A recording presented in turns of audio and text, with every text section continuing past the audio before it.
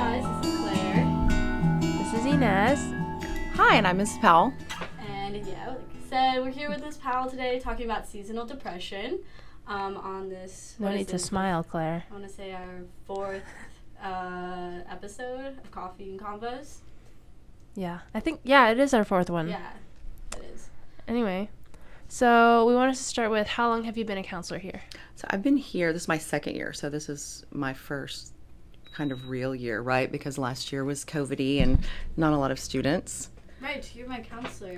Yeah, you were new last year. We were both new. Yeah. And then before that, I was at Wiley Middle School for 3 years. So I taught for 22 years, and then went and got my counseling certification. Fun. You know, when I was in middle school, I wanted to be a counselor really badly. I was like always best friends with my counselors. My daughter, when I told her, she's 23 now, when I told her I wanted to do middle school and high school, but Mom, why? It was terrible when I was in middle school and high school. Why would you want to be around that? I'm like, because now I'm a pro at it. Yeah, and now you can help out. Put me through the ringer. Because it is terrible. You want to help. You I want do. to help make I it do. not so terrible. Yeah. So what do you like about your job here? Well, that's the part, you know what I mean, that I love is to, like when I was a teacher, I like to watch students learn, and teachers will always say, I love to see the spark when they get it. And it's kind of the same thing with counseling. Like when I am talking to a student and they come to some conclusion on their own without me telling them, like, yeah, I did something really dumb. I should probably go tell my parents before they find out about it some other way. Or working through problems, maybe I should talk to my teacher about this and maybe I could say it this way or that way. It's kind of the same thing, you know, watching young adults grow and seeing them start to make decisions on their own. That's really the best part about it, I think. Which is always good too, because this is like an age where our brains are pretty imprintable, you know, and you're here to like guide us along that and help us out, which is always actually really nice. I love that part. I'm not a big fan of adults. I like kids a lot more. Me either.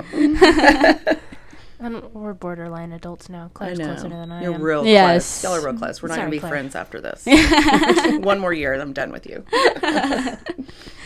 So what is your knowledge of seasonal depression? What is it? So seasonal depression or seasonal affective disorder, SAD, as some people call it, is, you know, some people call it the winter blues, right? Where the days get shorter, the weather gets colder, and some people tend to really have a real actual dip in their mood. And, you know, for a while it was, I think we've come a long way with mental health when we can talk about things like depression. My parents' generation, probably your grandparents' generation, you didn't say things like you were depressed, you know, just get over it. What do you have to be depressed about, right? And I think that we're moving toward a time when people realize enough people are affected by this, that it really is a thing. It's a legitimate issue that a lot of people struggle with every year. My question, did you think that way when you were our age or when you were getting older, considering being a counselor and stuff? Like, did you think the same way, like, oh, this is a serious thing, depression does need to be talked about? Oh, that's a good question. Probably not, because my parents sort of drilled it into me because they were of that generation. And I do remember thinking when I would get down that feeling like my feelings were invalidated, because my parents were like, you have plenty of money and you have great friends and you have food to eat. What do you have to be sad about? Yeah, the you have a roof over your head and a bed to sleep on thing. lucky. Yeah. Yeah, you don't have anything to be sad about. Or other people have it worse than You have nothing to be depressed about. You have broccoli. Which is actually really hard. I've actually tried myself to like understand, like, my parents, which are probably your age too, have like, they dealt with that generation too. They were raised by it, but something I've tried to shoot at them rather than, oh, you need to understand because the world is changing. Rather than that, I've told them, I said, well, you know, look at who you were raised by and then who we were raised by, you know, and obviously it's different, much different. It is different. And I think we grow as a culture. You know, I think I look back at the way that my parents were raised in the South in the United States, as far as segregation and racism and sexism and all those things. and my parents thought differently than their grandparents did, and I think differently than my parents do. And I think mental health is kind of the same thing. Probably when I started to have kids is when I really, and I have one of my children has struggled with depression, not just seasonal affective disorder, but with actual depression. And you know, I've had times in my life when I've struggled with it as well. And I think you get to a point where, and the thing about depression is, and seasonal affective depression is, there's not a reason behind it. Right. You know, when we talk about little d depression, is like your boyfriend broke up with you, or your girlfriend broke up with you, or your parents are mad at you. You have a reason to be sad. You have a reason to be depressed. But clinical depression, or even seasonal affective disorder, is there's not a reason. Everything is going great. And that's the thing that's so frustrating about it, right? Yeah, my grades are fine. I have friends. I do have a roof over my head. The frustration is that there's not a reason behind it. And that's a part that can be really devastating because you can't do anything to fix it. Right. Which I think is extremely hard. And because the nowadays depression is thrown around so much, the word, and it's such a vague word because there's so many things that you can't like put a spot on. So it's all thrown under, oh, you're depressed, you know? Right. So it's hard. Interesting. Yeah. I actually didn't know what seasonal depression was. I kind of thought it had to do with the sun. Yeah. Does it have to do with So it does. Absolutely. So we see more effects of seasonal affective disorder in the further away that you get from the equator. Higher incidence because the days, in those places are shorter. When you think about suicide rates in places like North Alaska, for sure, alcoholism in Alaska, and Finland, Norway, because they don't have the daylight. Is that? Oh wow! And so the UV rays, the sun activates molecules in serotonin, and serotonin is the happy hormone in your body. And so when there's less sunlight, there's less just serotonin in your body. Is that why they all have the sun lamps? I have a sun lamp in my office. If you've ever been in my office, I have a little fake sun lamp in my office because I don't have a window. Oh, right. Yeah, you're like, I'm not trying to get depressed. Yeah, I do. I keep a sun lamp in my office for that reason. Oh my goodness. It's not the really same, tiny window. but it's. I know. See, that's it's not the same, but it's super helpful. So, and it like physically affects them. Yep. Oh absolutely. And then or like plants. Yeah. Oh my gosh. Look, see, I just had a little. That gave me chills. chills. This is my favorite thing yet. Like, this is so interesting. Yeah. So I was gonna ask. That was the next question about the sun. What do you know about seasonal depression on our campus? So, because last year was my first year, I think everyone was a little down last year anyway. Very down. We had COVID depression very last year. Down. So it's hard for me to speak to that. I do know that in the past, though, in previous occupations, I see it with students. You know what I mean? There are students that start to get that way. And it's interesting. I met with a student today, and he's really struggling. And I did say, I feel like it was the same time last year that I saw you. And then I started thinking about that we were going to be talking about this today. And immediately I went to that place with that student. I wonder if that's what's going on, right? We've had the time change. It's been really quick. Yeah. And now's the time, right? Because when you leave here today, it's going to be almost dark. There's going to be fewer and fewer hours of daylight where you're not in this building. Yeah. And it's hard. It's really hard. And it's also like when you're stuck in a building, it's dark out, and you're stuck in a building with only fluorescent light. Right. When I leave here on some days, I walk out, I'm like, I don't even know what the weather's going to be like because, you haven't seen the outside. And so you just have to stay on top of it. I think first of all, recognizing, hey, I'm feeling a certain way. I wonder why I'm feeling down. And just, the knowledge of, oh, this is happening and here's why. Having a little bit of a why behind it, I think, can be helpful. Yeah. It's easier to deal with. But what would you say for people when they know the why? There's always the, all right, what can I do about it now? Now what? Being outside as much as you can. Even I think about like on you can get a sunburn in the summer, even on a cloudy day. Yeah. There's still UV. raise in the air, right? Just getting outside, getting like fresh air too. Just getting Yep. being stuck in a building. We are stuck in this building window. for a very like long time. You know, Absolutely. like I know that like Westwood is remodeling some of the part of their school and stuff.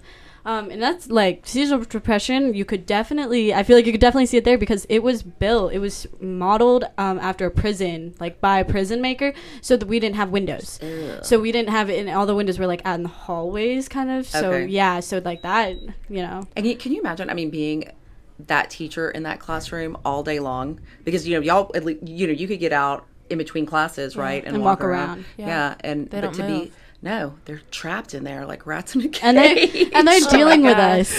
And so I think that's good. And again, as we learn more and we become more accepting of mental health, I think decisions like that, design decisions or what have you, are going to be more prevalent, I hope. Yeah. I think being around people helps too. Just because, think about last year, if you were home a lot, last year was the worst because if you worked from home, even if you had a window in your room, you were indoors for so long. And what are the odds you made time to go outside? Right? You couldn't do anything. You couldn't building go. one to building two. You Yeah. may be covered, but you got the sign. Exactly. Yeah. Right? When you're here, Yeah. there are moments of involuntary exposure to fresh air and sunlight that you have to have that you probably didn't have last year.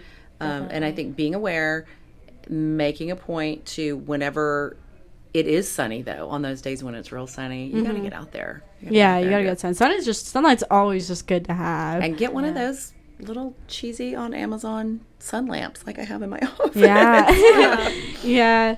No, I mean, it's hard in general to just put, like realize it and try to fix it, especially last year, you know, because like you can go outside. That's why you saw a ton of people like looking so much to feel happy, to feel like they're in a normal like life, you know. And I saw tons of families, like the neighborhoods, like tons of people were just outside walking their dogs, like going on walks and stuff. That's all you can do, you know. They're like, all right, everyone get your shoes on, we're all going. Yeah. I always feel really bad for like the like kids who didn't get to go to school, who need it. Kindergartners, but also kids who they need it. They can't pay attention on Zoom. How are you supposed to keep their attention as a teacher? Yeah. I saw many videos of that, and they're trying so hard, or they were trying so hard, so it's nice to be back. Yeah. And I was gonna say the kids who like being at school because they're around other people and don't like their home lives, when they have to go home for like summer break, is that a seasonal depression thing? Would that be considered something that? Different kind. I think that's more situational than, the sun type part. I think that's a piece of where my joy comes from being at school, right? And my home life is not great. And so I think that's more of a situational thing. Yeah. But I do think that you're right. Like, last year when kids who couldn't come to school, whose school's your safe place, schools where you eat, schools where, unfortunately, maybe you're not being abused, right? School's a place for you to get your mind off of troubles at home. Those students, wow. I know. I thought that was terrible. And we know it too. This isn't something where it's like, oh, we're assuming. It's a real thing. Like abuse, domestic violence rates went up last year. Insane. All these people stuck in their houses. Yep. I thought that's just like terrible. And I love my parents. I love them so much. But I did get a little bit tired of being around them all the time. Absolutely. So when we get to go back to school and they're like, oh, we don't get to see you as much, I'm like, yeah. Right back at you. It's nice to have that little break. Like, everyone has their thing. We all commune back to the little hub, but we don't stay there. And I was going to ask, how often do you get students coming to you with mental health questions, not specifically about seasonal depression, but just in general? More now than last year. Every day. I talk to a couple of students every day. Wow. About managing feeling down or managing feeling anxious. Those are the big ones, that we get. Anxiety, a lot of anxiety, and just feeling down. Last year, as much as I knew kids were suffering at home and were not well, We didn't hear a lot about it last year. And I think it's because, maybe because your parents were in the next room. And you don't want to reach out via email. You want to you want to be able to talk to somebody. I think that's the thing about being here in school is that access. I mean, we have so many counselors for last names. It starts with last names, but so many counselors. You have so much access to help. Right. And last year I feel like there were kids just suffering in silence. Yeah. It was so and sad. At the same time, you can't be noticed either. Right. Yeah. So not on Zoom. It's on the exactly. Not on Zoom. It's on the person that is struggling to actually do something about it. And that's the hardest part. Yeah, we get so many referrals from teachers. Our teachers are so good about sending an email. Hey, will you check on this student? I'm really worried. She said some things today, or she's just not herself the last couple of days. Our teachers are so great about referring students to us. And sometimes it's nothing.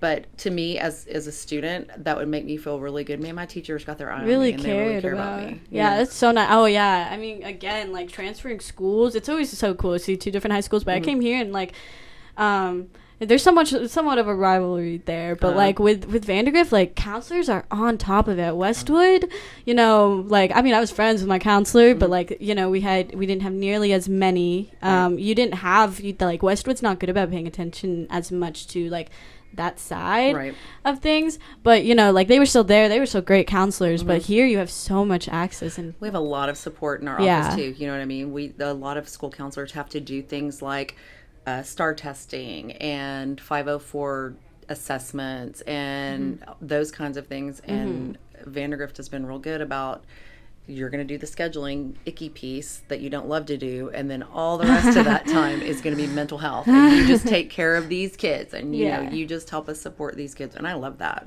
Which is so nice. Oh, the beginning of the year has got to be the worst. It's like our Super Bowl. Oh my goodness. Just kid after kid. Mine is wrong. Oh, get in line. Yeah, that was me. I was me a part too. of that. Me too. It's a good way to meet y'all, though. I mean, especially because some kids just really don't need a lot of support from counseling, from a mental health standpoint. So at least we get to meet you some way when you ask for the wrong course, because I certainly didn't make a mistake on your it was all you. I think it might have been the robot. Is it a machine? Totally machine. Totally a machine. Okay. Yes. Not like I was in Powell's office 3 days in a row. I used to think they you all just draw sticks, and whoever gets the last stick has to do them all. Yeah, that's it. No. That's freshman thoughts. Same thing as the pool on the roof. Yeah. Yeah. You haven't been up there yet still? I've got the key. Someone has said that too, or someone's like, "Oh, you should talk to the manager." Oh no. I told that to my brother on the first day before we even got in the building. He's like, "I already know that's a lie." So there. But I mean, if someone offers to take me up there, I'm totally going to check it out. Yeah. Oh yeah. Oh yeah. Of course, I have to know. Yeah. See to believe. But yeah, Claire, do you have anything else?